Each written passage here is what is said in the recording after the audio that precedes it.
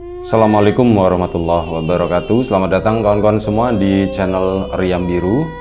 Terima kasih banyak untuk kawan-kawan yang sudah berkenan hadir di channel ini. Dan apa kabar kawan-kawan semua? Semoga sehat selalu sekeluarga. Amin. Baik, kali ini ada satu cerita datang dari Mbak Wanti. Mbak Wanti di Purworejo. Mbak Wanti itu menceritakan tentang satu pengalaman horor yang pernah dialami oleh ibunya gitu. Jadi ibunya ini pernah mengalami satu pengalaman horor, dan waktu itu saat ibunya mengalami pun masih kecil. Jadi masih usia anak SD seperti itulah. Cuman ndak ingat kejadiannya itu saat dia usia berapa, tahun tepatnya tahun berapa juga nggak ingat. Nah, cerita ini didapat Mbak Wanti itu dari neneknya. Ibunya itu mungkin merasa gengsi atau bagaimana kalau misal harus ceritain ya kejadian tersebut. Akhirnya yang cerita itu nenek. Nah, jadi di kemungkinan sekitar tahun 70-an awal, ibunya Mbak Wanti itu masih muda, masih kecil gitu ya, masih anak-anak lah. Seperti biasa anak-anak itu kan, anak-anak dulu gitu ya, mainnya tuh ke kebun-kebun, kemana-mana seperti itu ya. Dan kondisi lingkungan di kampung juga ya jauh berbeda dengan kondisi sekarang. Berpuluh-puluh tahun yang lalu, kondisi kampung listrik belum masuk.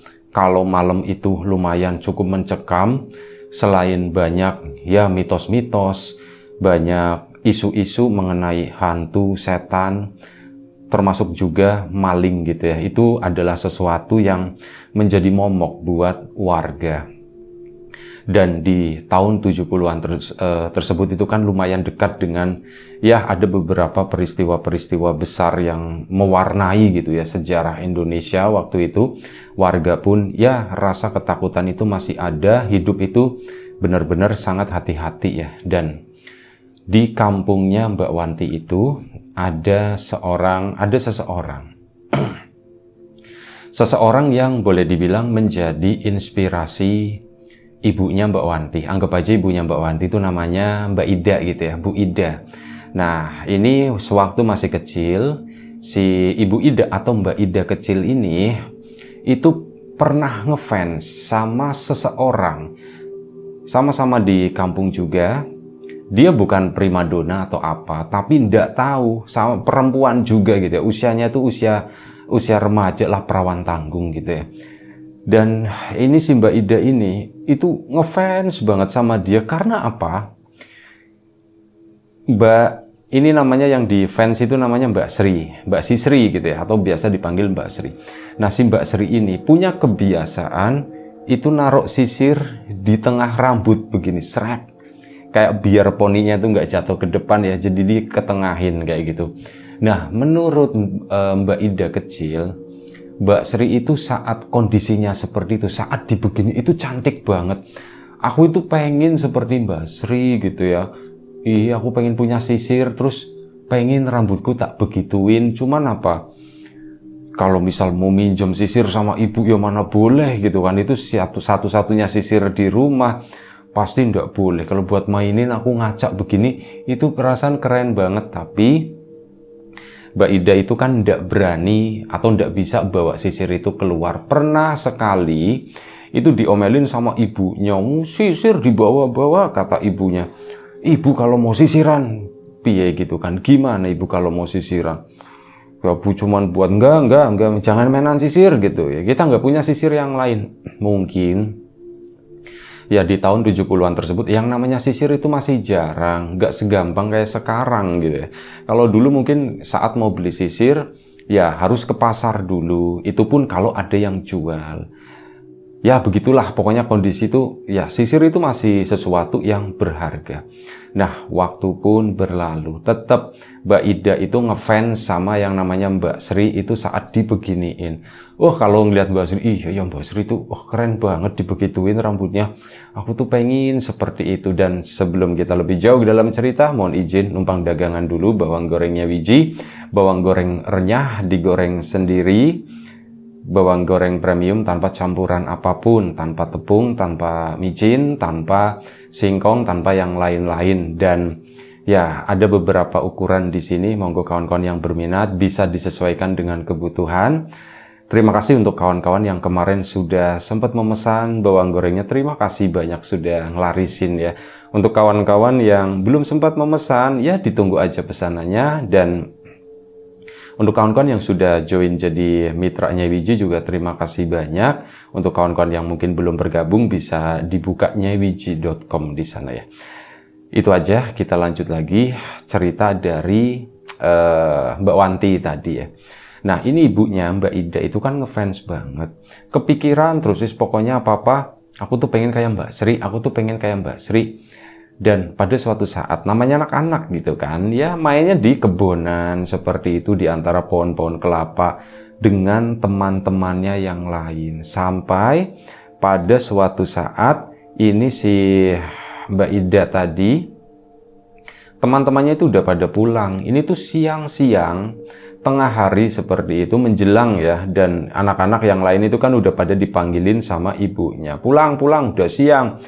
Mbak Sri juga, Mbak Ida juga mau pulang, cuman nggak tahu sebentar lagi lah intinya begitu. Jadi itu tuh jalan paling belakang gitu kan. Yang lain itu udah pada pulang dan tiba-tiba ada sesuatu yang jatuh dari atas tepluk gitu kan. Mbak Ida pun nyari, apa itu tadi ya? Kayak suara ranting jatuh kecil, sesuatu yang kecil, bukan kelapa gede gitu, enggak. Sesuatu yang kecil, Mbak Ida pun coba nyari-nyari di depan, di belakangnya gitu. Sampai apa? Matanya tertuju pada satu benda di situ, dan benda itu adalah sebuah sisir. Cuman sisir itu bukan sisir plastik, itu bukan, melainkan sisir dari batok kelapa. Mungkin kawan-kawan pernah melihat kali ya. Ada batok kelapa yang diukir sedemikian rupa membentuk sebuah sisir yang ya lumayan cukup longgar-longgar gitu. Dan batok kelapa itu menurut Mbak Ida itu bagus banget, di serat-seratnya itu mengkilap-kilap kayak ada warna-warna pelanginya seperti itu. Dan sebagai anak kecil gitu ya, nemu sisir seperti itu kan senengnya bukan main. Sisir bagus banget. Dan akhirnya apa? Diambil sama Mbak Ida tadi. Begitu diambil, langsung dicobain di kepalanya begini, srek. Begitu dicobain, Mbak Ida itu pulang ke rumah ke sana. Pulang ke rumah, anehnya tuh apa? Di rumah itu nggak ada siapa-siapa. Loh, kok rumah nggak ada siapa-siapa? Kok nggak ada orangnya gitu? Pak, Bu, makanan udah ada tersedia di situ. Dan akhirnya ya sudah, oh bapak sama ibu mungkin lagi keluar kali ya, mungkin lagi ngapain lah gitu. Dan akhirnya Mbak Sri pun makan di sana, makan siang dan sebagainya sampai selesai. Begitu selesai, itu Mbak Sri itu ngantuk banget rasanya, dan dia pun tidur siang gitu kan. Dia bukannya sengaja tidur, tapi ketiduran itu di ruang tamu. Di situ ada meja besar sama kursi panjang. Duduk di sana, laya-laya akhirnya ngantuk, dia tertidur. Bangun-bangun itu udah sore menjelang malam, dan di rumah tersebut itu masih sepi. Meskipun apa, lampu-lampu dulu masih pakai lampu minyak ya, karena listrik belum masuk ke sana. Ini lampu-lampu udah pada dinyalain di situ. Udah terang. Loh, aku belum mandi, nanti dimarahin sama ibu. Mbak Sri pun coba ke dalam. Ibu mana, bapak mana? Nggak ada siapapun di sana. Loh, kok sepi, nggak ada siapa-siapa ya di sini ya. Ibu sama bapak apa belum pulang? Kalau ibu sama bapak belum pulang, harusnya ini lampu nggak lampu itu masih gelap loh. Ini tuh ada yang nyala-nyalain, artinya bapak sama ibu kan udah pulang. Cuman masalahnya di mana mereka? Dipanggil-panggil, Pak, Bu, tapi nggak ada jawaban sama sekali. Sampai akhirnya apa? Hari semakin gelap, Mbak Sri itu pertama ke depan lagi, ke sana, kemana sih ya? Lagi sore-sore begini, lagi maghrib gitu ya, lagi senja kala itu, pintu ditutup, akhirnya ditutup sama dia. Grab nungguin di situ bapak sama ibu, kemana sih ya? Aku lapar, pikir dia. Nah, dia pun menuju ke meja makan di sana. Saat menuju ke meja makan, di situ nggak ada siapa-siapa. Nggak ada isinya, kosong. Meja makannya nggak ada makanan. Aku lapar, kata si Mbak Sri. Dan nggak lama setelah itu, Mbak Sri itu mendengar ada suara keributan, ada suara gemuruh orang. Ini datangnya dari belakang rumahnya Mbak Sri di situ. Kayak orang ribut di pasar seperti itulah, rame gitu ya. Ya ada yang teriak-teriak, ada yang orang ngobrol. Kok rame ya? Di rumah ini di dalam sepi, di luar kok rame. Akhirnya apa? Mbak Sri pun keluar, cuman keluarnya tuh nggak lewat belakang sana. Dia tuh keluarnya lewat depan. Muterin rumah, di sekitaran rumah di sana ya, namanya dulu belum ada listrik, itu kan masih gelap ya. Cuman ada lampu minyak di teras di situ. Nah, Mbak Sri pun melipir ke belakang sana, dan di belakang Mbak Sri ngelihat terang di situ, banyak lampu-lampu berjajar, banyak obor-obor seperti itu. Kayak kayak semacam ada acara bazar kayak gitu ya. Pasar malam lah lebih tepatnya. Ramai banget gitu kan. Mbak Sri kan ke situ lari buru-buru. Ada apa ya? Ada apa ya? Banyak orang dagang di situ. Dan di situ Mbak Sri ngelihat bapak sama ibu. Bapak sama ibu tuh lagi yang ngobrol-ngobrol sama warga yang lain di sana. Pak, Bu, gitu kan dipanggil. Bapak sama ibu cuman senyum aja gitu ya. Dan karena bapak sama ibu pantesan ndak berada di rumah, ternyata lagi ke pasar malam begini gitu. Ya udah, aku mau main-main di pasar malam ah. Apa? Main-mainlah dia di sana. Dan yang bikin Mbak Sri ini yang bikin betah itu apa? Pertama, Mbak Sri itu ditawarin. Ada beberapa jajanan di sana ya. Ada makanan-makanan kayak gitu yang dijualin. Duk, sini katanya. Ini mau ndak jagung misal ditawarin. Aku ndak bawa uang, kata Mbak Sri begitu. Padahal perut lapar waktu itu. Aku ndak bawa uang, Mak. Manggilnya Mak gitu ya. Aku nggak bawa uang. Ini buat kamu, ndak usah bayar, kata si Ma itu. Mbak Sri tengok-tengok kan, liatin bapak sama ibunya. Gimana, takutnya nanti ndak boleh atau gimana. Udah ini ambil aja, ambil. Akhirnya apa? Dikasih jagung waktu itu. Makasih ya Mak gitu. Iya, aku mau lihat-lihat dulu Mak. Iya sana lihat-lihat dulu di sini mumpung lagi rame, kata si penjual tadi. Akhirnya dimakanin sambil jalan krauk. Udah lumayan cukup kenyang. Ada yang nawarin lagi. Duk sini. Oh ini lagi makan jagung. Itu ditawarin. Duk sini. Iya Mak. Mau kacang rebus katanya gitu. Tapi aku lagi makan jagung Mak. Dan aku udah punya uang Mak. Diambilin sama si penjual tadi. Ini dibawa katanya. Bawa aja udah enggak apa-apa, bawa aja. Jadi apa yang ditemui Mbak Sri malam itu di tempat itu semuanya itu gratis. Mbak Sri itu dikasih intinya ya. Dan ya sudah, sini makan jagung habis, terus ngambil tempat duduk di sana, makanin kacang rebus dibungkus pakai daun pisang gitu, dicontongin gitu, corong gitu. Dimakanin kertak-kertuk, liatin orang lalu lalang ke sana kemari, nyariin bapak sama ibunya. Mbak Sri udah nggak ngeliat lagi, nggak tahu bapak sama ibu di mana ya. Tapi udah biarin aja. Toh bapak sama ibu udah tahu kalau aku tuh kesini, pikir dia. Dia pun duduk tenang di sana. Dia tuh berharap di situ melihat teman-temannya gitu kan. Kalau enggak ya melihat Mbak Sri ya. Kayaknya tadi salah nyebut nama ya. Maksudnya itu Mbak Ida ini melihat Mbak Sri idolanya itu. Mbak Sri nggak kesini ya gitu ya. Iya, dipegang sisirnya begitu. Oh ya, sisirku masih ada yang nemu di belakang itu. Enak banget, pasar malam begini rame. Ada permainan-permainan kayak komedi putar seperti itu, tapi yang sederhana, masih dirakit pakai kayu-kayu seperti itu. Mbak Sri pun ditawarin, mainlah di situ. Banyak anak-anak kecil, cuman nggak ada satupun yang dikenal oleh Mbak Sri. Dan satu hal lagi yang bikin aneh itu apa? Mbak Sri itu pakaiannya beda sendiri di sana. Ya Mbak Sri tahun 70-an itu termasuk modern pada waktu itu ya. Nah ini yang lain-lain itu pakaian itu lebih lebih sederhana lagi lah dari Mbak Sri. Iya ya, pakaiannya kok begitu beda semuanya anak-anaknya. Dan Mbak Sri itu sempat nyium baunya, bau dari anak-anak itu. Baunya itu mirip kayak bau kambing, bau perengus katanya begitu. Baunya seperti ini gitu kan kata Mbak Sri. Tapi ya sudah, dia pun perut kenyang. Akhirnya apa? Karena udah malam, Mbak Sri pun pulang ke rumah ke sana. Pulang ke rumah lewat pintu depan. Pintu depan itu ndak dikunci. Di belakang itu masih terang benderang gitu kan. Pintu depan nggak dikunci, masuk ke dalam rumah. Ada bapak sama ibu itu lagi duduk di teras, di ruang tamu. Mohon maaf ya, tadi salah sebut lagi, Mbak Ida maksudnya. Mereka berdua lagi duduk berhadap-hadapan begini. Mereka saling diam, mereka tuh nggak ngobrol apapun sampai Pak, Bu, bapak sama ibu cuma nengok gitu kan. Setelah itu senyum aja. Terus ya Mbak Sri daripada diomel-omelin atau apa, dia pun langsung celonong ke belakang. Aku mau cuci kaki. Akhirnya udah cuci kaki dan sebagainya. Mbak Sri pun masuk ke dalam kamar di sana. Masuklah ke dalam kamar dan perut kenyang, tidurlah dia malam itu.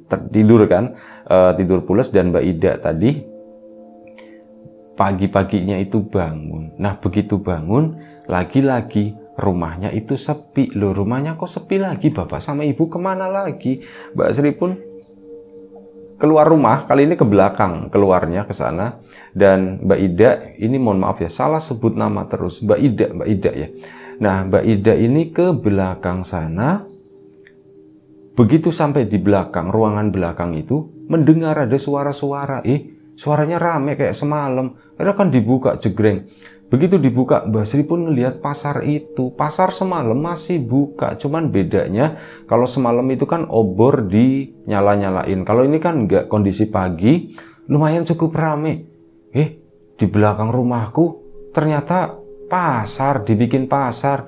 Wah rame ke sana. Lihat ini ada penjual-penjual lagi, ada penjual anak ayam, ada penjual ayam maksudnya, terus ada penjual ikan dan sebagainya, macam-macam di situ rame.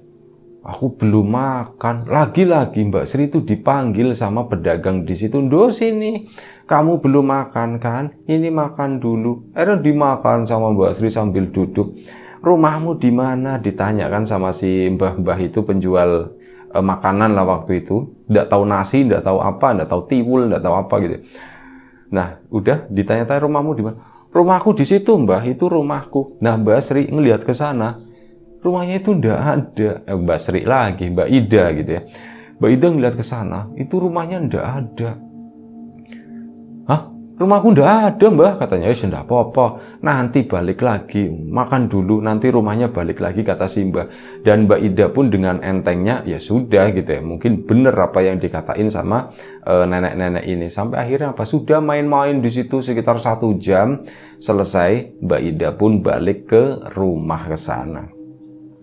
Balik ke rumah, ketemu rumahnya itu muncul lagi bener seperti nenek yang dibilang nenek tadi. Nah, di situ ada bapak sama ibunya itu lagi nunggu di belakang rumah itu, cuman berdiri begini doang.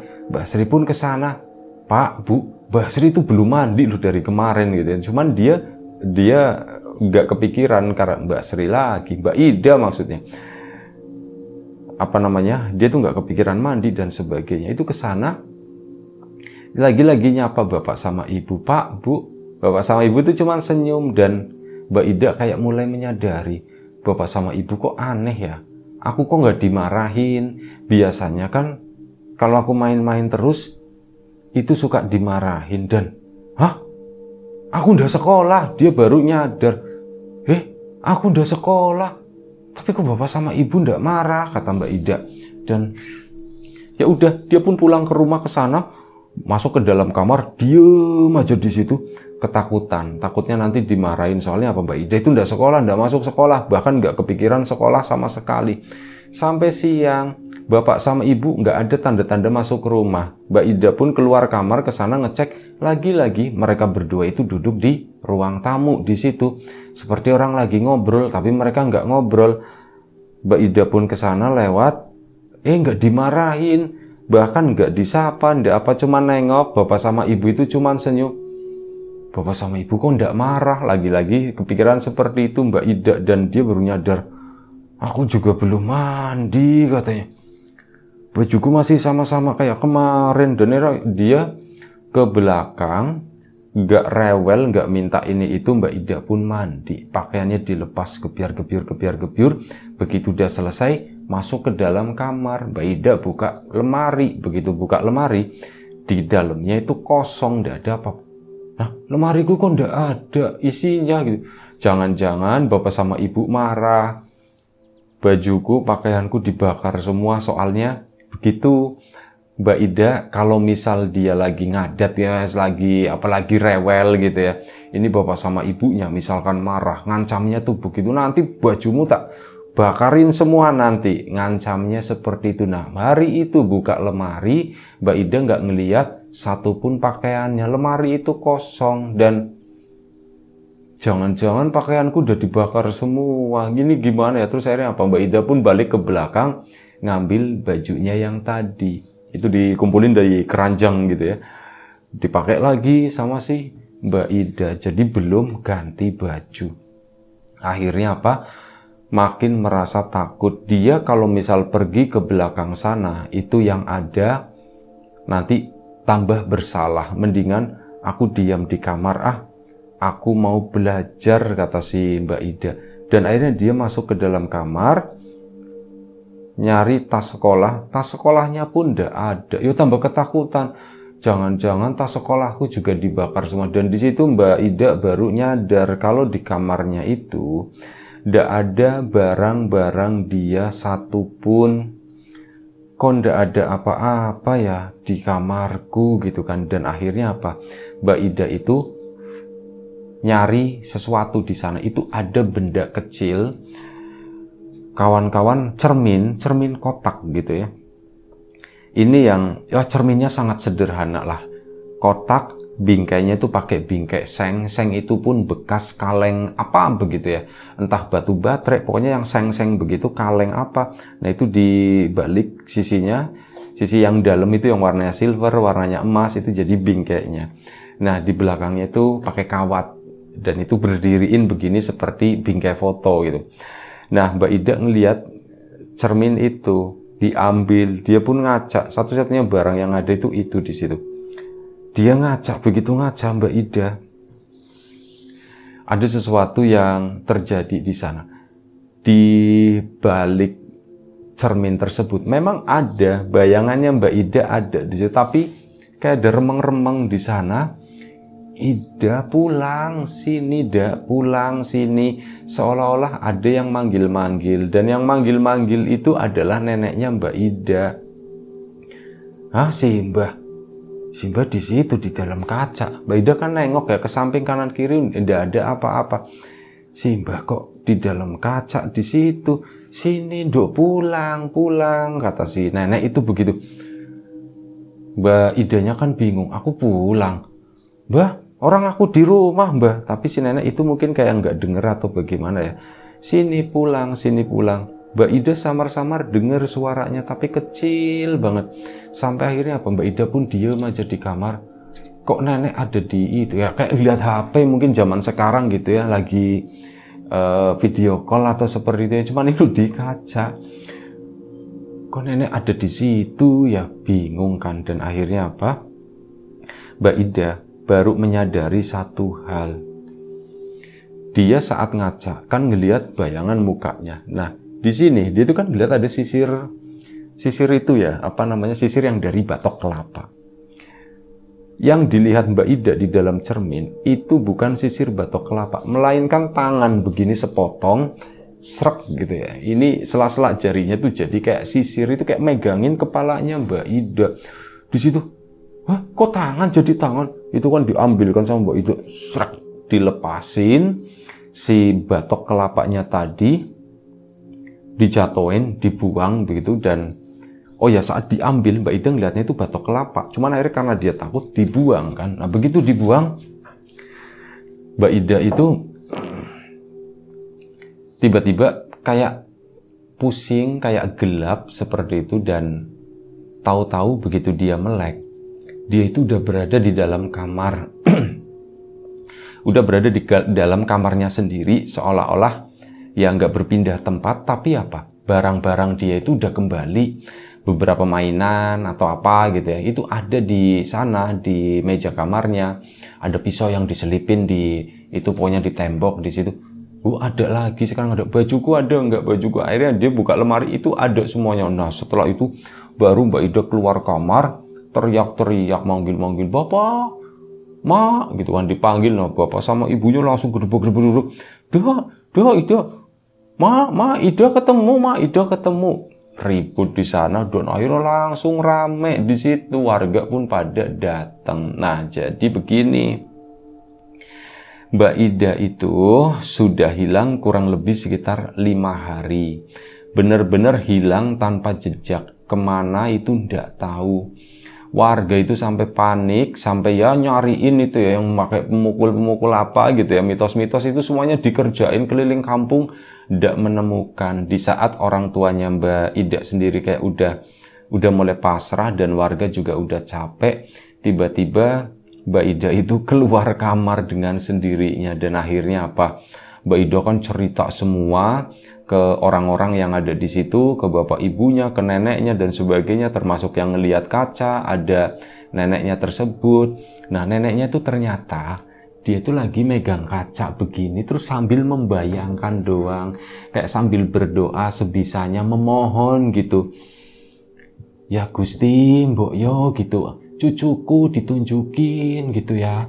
Dan dia tuh memang ngomong di depan cermin itu, Nduk kayak membayangin, Nduk pulang mulai sini, pulang ke sini." Itu seolah-olah seperti itu. Dan akhirnya ya semua warga seneng, dan Mbak Ida pun tentu saja gitu ya, dia menceritakan mengenai sisir batok kelapa tadi. Dan ya mungkin penyebabnya itu adalah itu bukan barang manusia, melainkan punya ya sesuatu yang di seberang sana lah, yang harusnya nggak terlihat. Nah, begitu Mbak Ida make tersebut, dia itu seolah-olah kayak dibawa ke alam mereka dan melihat pasar gaib itu, pasar gaib yang berada di belakang rumahnya Mbak Ida di sana. Nah, bapak sama ibu yang dilihat oleh Mbak Ida itu, ya itu sebenarnya mereka yang ya nyamar begitu supaya Mbak Ida itu nggak ketakutan, biar nggak nyari bapak sama ibunya, biar betah di tempat tersebut dan nggak pulang. Dan ya akhirnya sudah, Mbak Ida itu hilang selamanya tanpa jejak. Mungkin seperti itu pendapat dari warga, pendapat dari orang tua pada saat itu, termasuk pendapat dari neneknya tersebut. Dan alhamdulillahnya Mbak Ida pulang. Setelah itu Mbak Sri nengokin gitu, ditengokin sama Mbak Sri itu seneng banget Mbak Ida. Ngeliatin aja, Mbak Sri cantik banget katanya. "Yes, kamu," gitu kan. "Kenapa?" gitu kan. "Mbak, aku suka sama sisirnya, Mbak." Dikasih sisirnya sama Mbak Sri. Dan sisir itu disimpan terus sama Mbak Ida. Pokoknya ini sisirku, sisirnya Mbak Sri, intinya begitu kan. Seneng banget. Cuma ya sisirnya nggak terjadi apa-apa. Itu disimpan sampai Mbak Ida itu sampai menikah. Itu masih nyimpen sisirnya Mbak Sri. Cuman sisir itu tiba-tiba hilang begitu aja ya, mungkin keselip atau bagaimana, jatuh atau bagaimana. Itu aja satu cerita dari Mbak Wanti mengenai kisah ibunya. Dan mohon maaf gitu ya, kalau tadi salah-salah sebut terus jadi Mbak Sri terus gitu ya, padahal Mbak Ida. Mohon maaf ya. Terima kasih banyak kawan-kawan semua atas support dan dukungannya, apapun itu, kawan-kawan subscriber, kawan-kawan membership, kawan-kawan yang udah kasih support dalam bentuk super thanks ke Riam Biru, terima kasih banyak. Kawan-kawan yang udah ngasih like, udah nge-share ke yang lainnya, kawan-kawan yang udah ninggalin komentar juga terima kasih banyak.